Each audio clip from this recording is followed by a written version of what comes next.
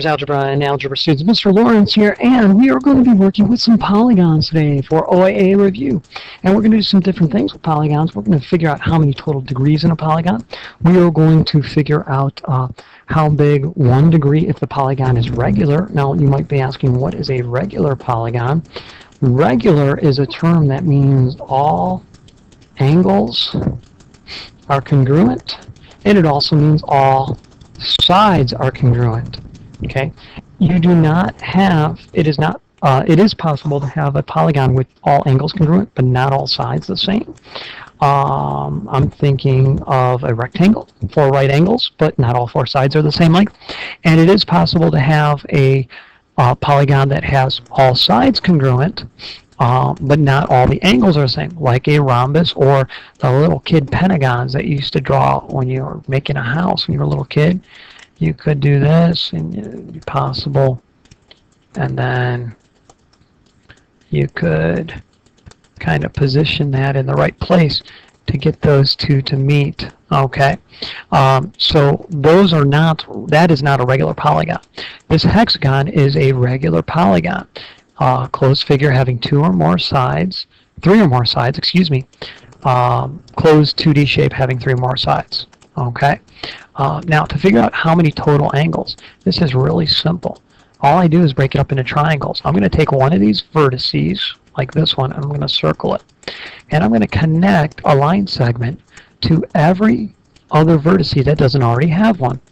This one has one, so I won't go there, but I'll go to that one.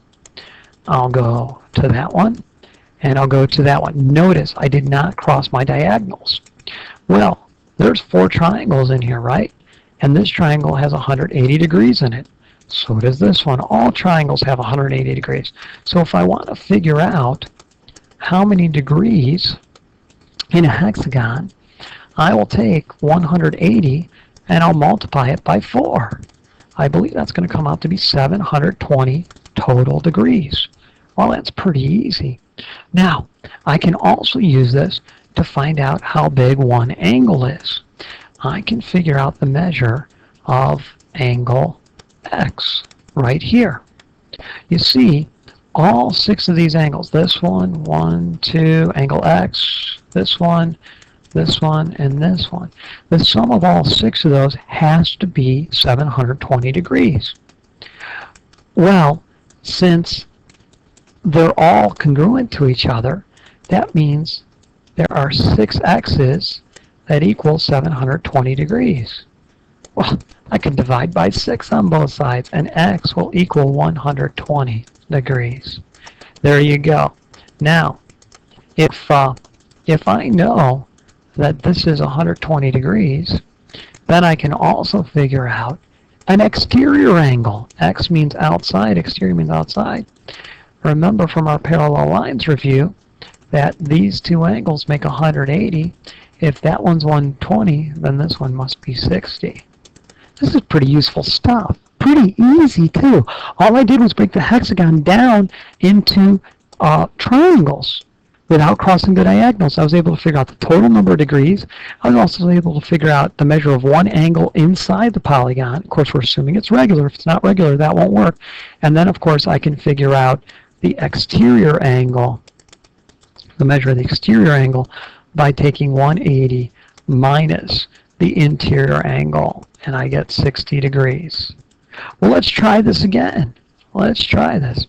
All right, here I think I have a nonagon. I believe that's a nonagon. I'll circle any one angle that I want, and I'll draw triangles.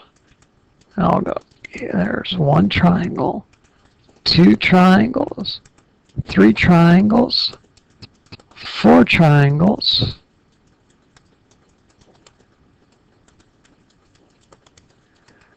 5 triangles, and 6 triangles. Oh, 7 triangles, right? 1, 2, 3, 4, 5, 6, 7. Ha, ha, ha.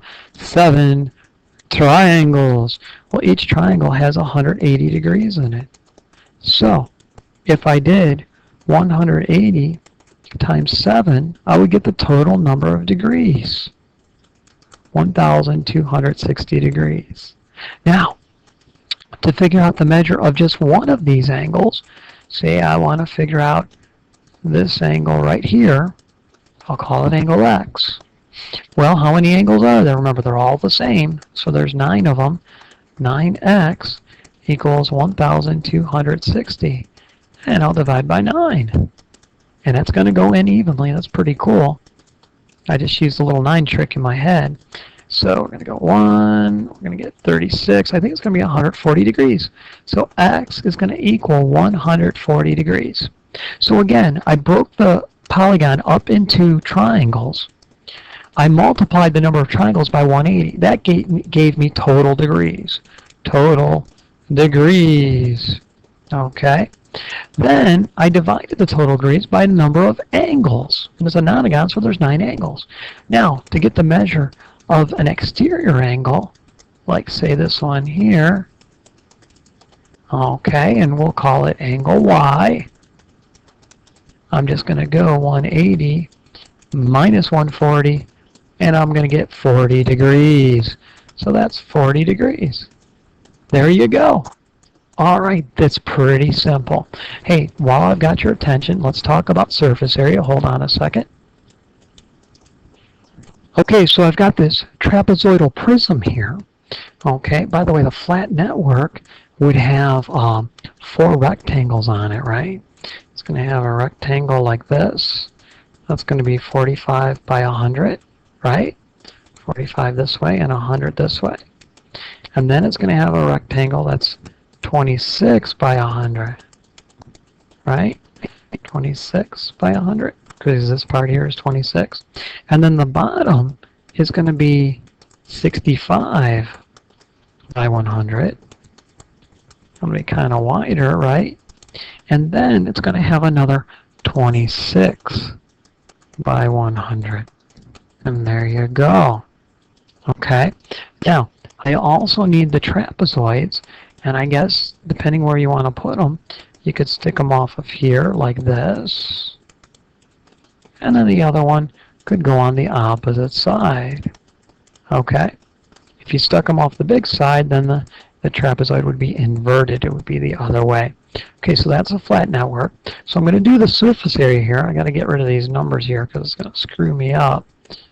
Okay. So let's see here. All right. So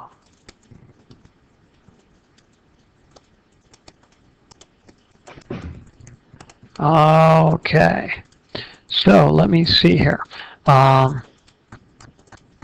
area of this biggest one was what, 65 by 100. So that area is going to be 6,500 inches squared. Area of the 45 by 100 would be 4,500 inches squared. These two little ones would be 2,600 inches squared each. And now I got to find the area of the trapezoid. Well, remember, I'm going to average the bases and then multiply by the height. Now, I don't know the height, so I'm going to break it up. 2 right triangles, right? And there's 20 left over. This must be 10, and this must be 10. If I use the Pythagorean theorem, I'm going to find out that this is 24 here. So I'm going to average the 2 bases, 45 plus 65, divide by 2, and then I'm going to multiply by 24. This will get me the area of the trapezoids. So I believe that should be 55 times 24, and 55 times 24. Let's see, 0, and then I'm carrying a 2. So I got 20, 30, 2 carry the 3, I believe 1,320 inches squared for each of them. Now to do the surface area, I'll just add up all those numbers.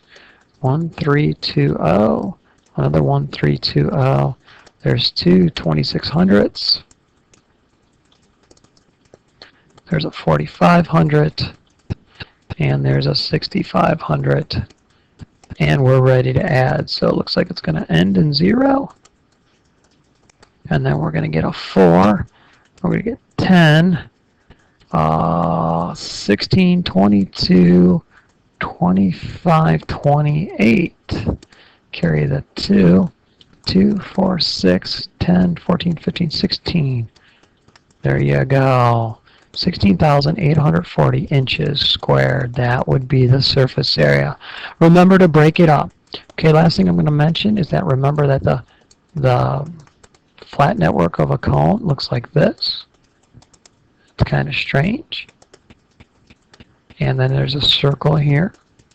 And to do the area of this circle, it's pi r squared. And then this is pi r L, where L is the slant height. All right, Mr. Lawrence signing off. Have a good night, everybody.